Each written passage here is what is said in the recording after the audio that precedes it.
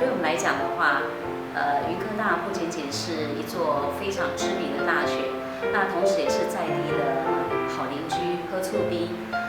市政的推动，其实现在应该来讲说，资讯日新月异，那民众对市公所的要求也越来标准越高。那我们碰到任何的疑难杂症，第一个想到的就是我们的云科大。那举凡在我们农产品的包装设计，甚至在整个资源的盘点，还有双语化、资讯化、国际化，还有现在最夯的数媒系的相关的议题，云科大都给我们最棒最完整的一个资源跟协助。那我觉得这样子的一个整合的模式是共创达人，那把他们的故事拍成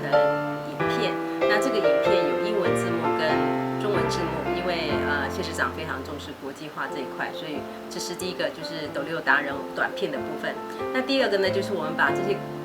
达人的故事整理好，写成一个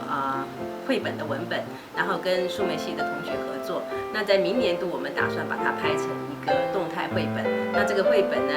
也会被斗六绘本馆收藏，然后放在那个绘本馆，变成一个在地的故事这样。那第三个就是他们的斗六文旦专刊，我们也把它双语化。那希望能够在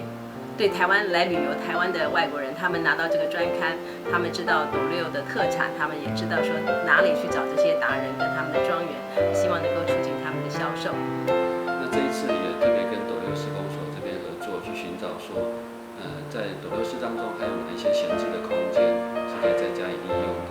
那比如说在这个地图上面，其实就有很多斗六市还闲置的空间，有一些是市公所在管的，有一些是那个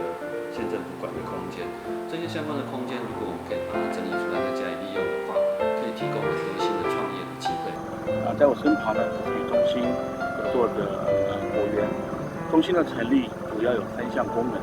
首先呢，是与云林县的农业紧密结合，研发并且推广云端农业的应用。第二呢，是希望提供农业医化管理服务与教育训练。第三呢，是希望对学校的相关系所能够拓展在农业的蓝海领域，